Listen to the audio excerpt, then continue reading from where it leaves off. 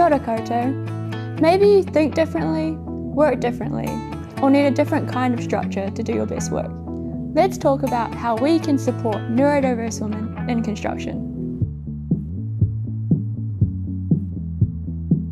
Hey Tash, so we're here to talk neurodiversity. Can you just give me an overview of what neurodiversity is?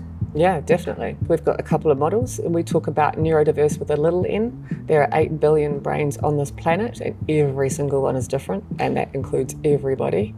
And then neurodiversity with a big N are those who've got traits strong enough they'd get a diagnosis if they knew or could access it.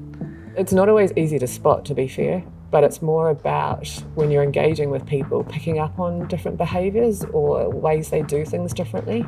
So how can we support neurodiverse people in the construction industry? Yeah, that's a good question. It's really about being curious, working out what people's needs are. For example, someone who's ADHD, it can be having visual prompts, helping them manage their time and organisation. If someone's dyslexic, instead of words, there might be pictures attached, so depending on where their dyslexia sits. If someone's autistic, they can sometimes, to generalise, have really high standards. So letting them know what is good enough so that they don't go at 150% and you actually want them at, they're 80. So we need to be curious about people's needs.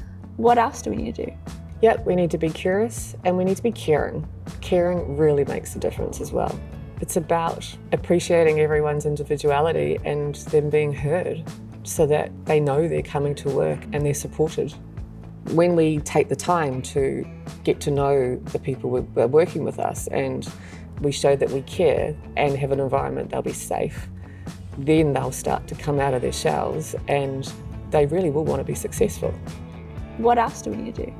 Contribution, knowing how we contribute towards the greater picture, can be really motivating for everybody, and including neurodiverse.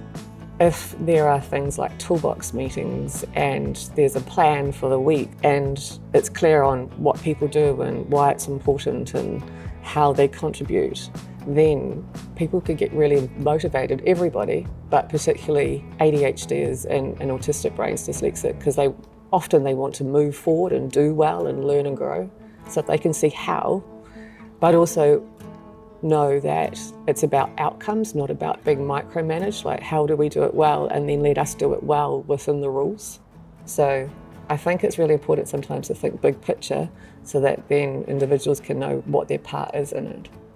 If we are curious about the people in front of us, if we are caring for them and we share how they contribute, we have cognitive diversity, different thinking, and also we will have a more inclusive, psychologically safe work environment. And that is powerful. For more info on this topic, check out the webinar and resources available on the Women in Trades Hub.